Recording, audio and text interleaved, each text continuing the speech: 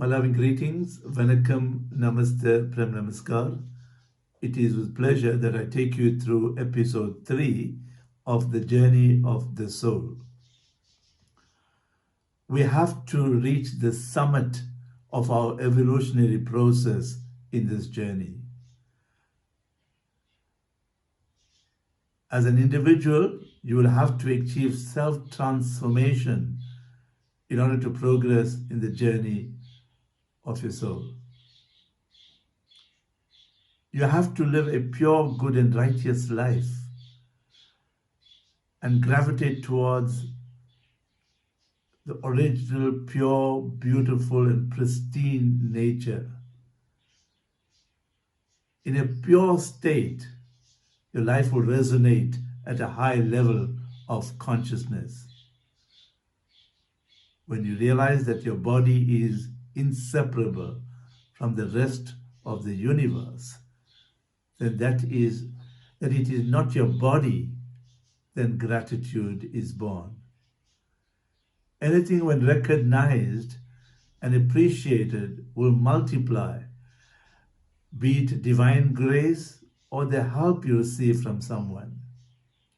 If you're grateful to this body and do not take it for granted, then the body will serve you well. You need to understand that your body is not your body because you did not design it. You did not conceive it. You did not deliver it to the world, nor do you nourish it. Everything is a happening. The various functions of your body, like breathing, blood circulation, digestion, all happening automatically. You do not have a control over these functions. While we are in this body and in this world, the goal of life is to purify and purge our lives and reach the state of absolute pureness, which we refer to as parisuttam. Transformation must be achieved at an individual level, at a social level, that is in your interaction with others, and at a spiritual level. So triple S stands for self-transformation, social transformation, and spiritual transformation. So today we are going to focus on just the individual, self-transformation, your individual transformation. You should not live with emotions of depression, anxiety, sadness, and irritability, and also with mental conflict and with a problematic mind. If you do so, you will be causing ill health and interfering with the natural capacity to enjoy life. Most emotional imbalances have been found to be the result of unmet nutritional needs, malfunctions in our brain and body functions, and unquestioned perceptions. Science has also shown today that every emotion has a corresponding chemical reaction happening in the brain. When you experience emotions of fear, stress, etc., the hypothalamus in the brain releases chemicals and complex amino acids known as neuropeptides, which thereafter is pumped into the bloodstream. These neuropeptides reach the various organs and the various cells in your body through the blood.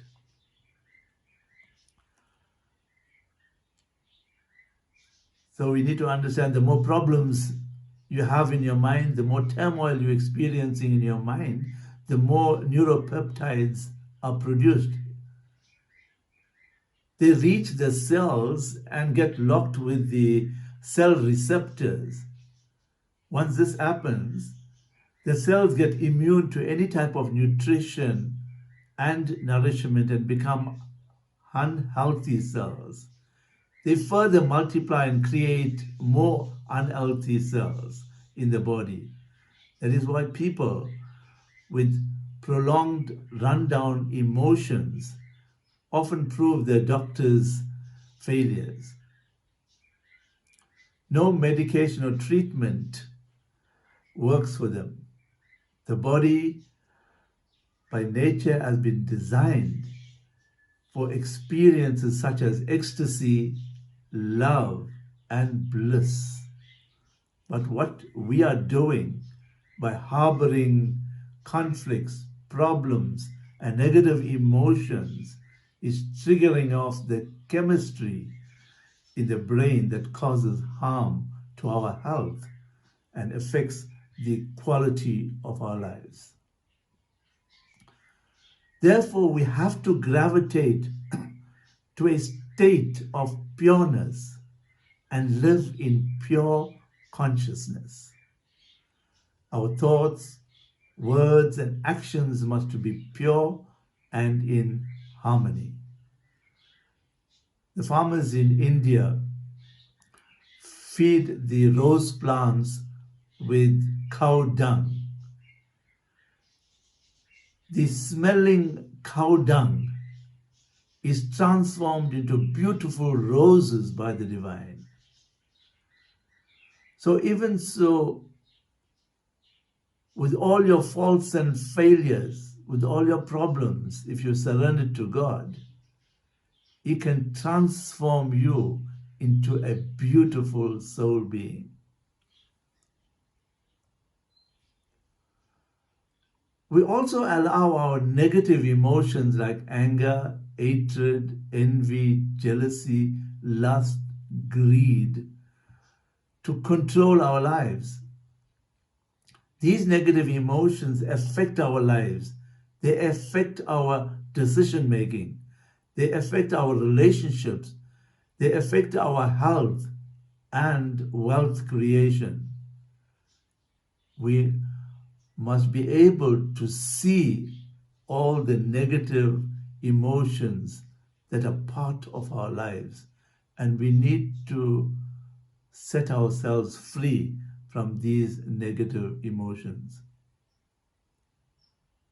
We must also be able to see how judgmental we are and how we judge everything and everyone in all situations.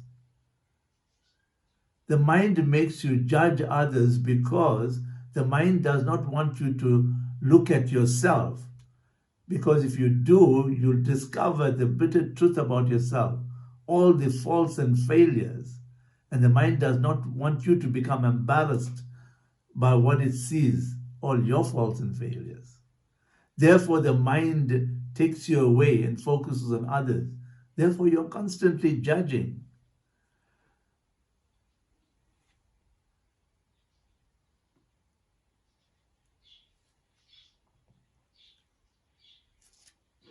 When you look at your mind, you can see how your mind is oscillating from the dead past to the unborn future. And you're never living in the present. You can see how much your mind is engaging also in commentaries. It's engaging in dialogues. Constantly there is a dialogue in your mind. Your mind is constantly judging people, engaging in dialogue.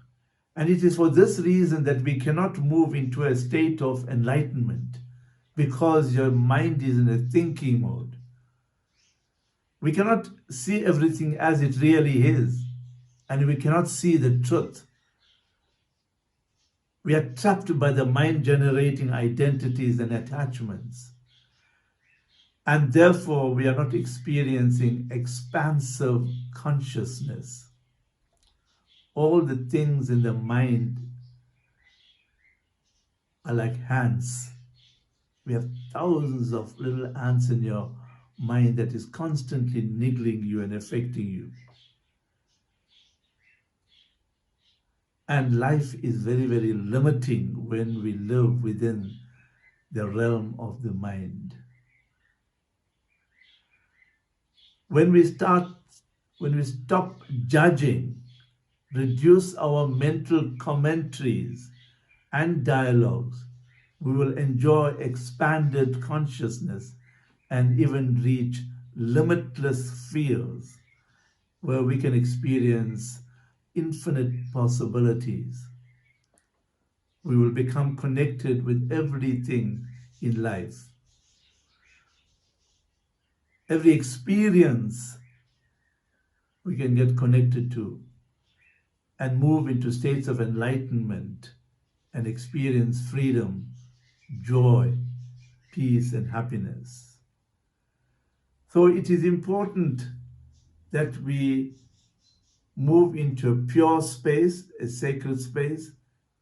It is important that we stop judging others but reflect on our own selves. And in so doing, we will be able to remove the negative programs in our subconscious mind, which are influencing the conscious mind to make us behave the way we do. We need to get rid of all the negative emotions, the impurities in our mind, our judgmental nature, and all the dialogue and commentary and storytelling that is taking place. And when we achieve all this, we will experience individual transformation. And through this individual transformation, we will be able to move into a sacred space, into a beautiful space, into a state of pure consciousness.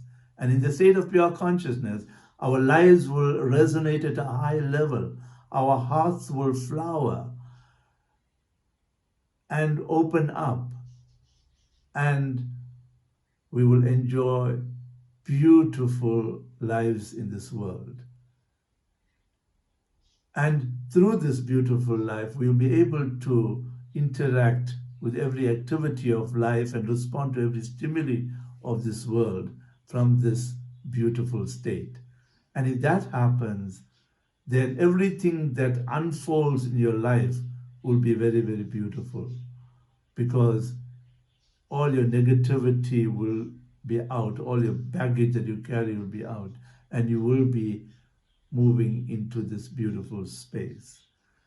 So let us all make a conscious effort at some point in our life, just sit in silence with our spine erect and our eyes closed, and just reflect on ourselves, on our negative emotions, our judgmental nature, our impure thoughts, words, and actions. And when we reflect on all that, then we will discover our authentic self. When we discover our authentic self, we need to present our authentic self to the divine. Then your divine will respond to you more promptly to your prayers. Another important thing is that when you live within the realm of the mind, you're moving away from experience.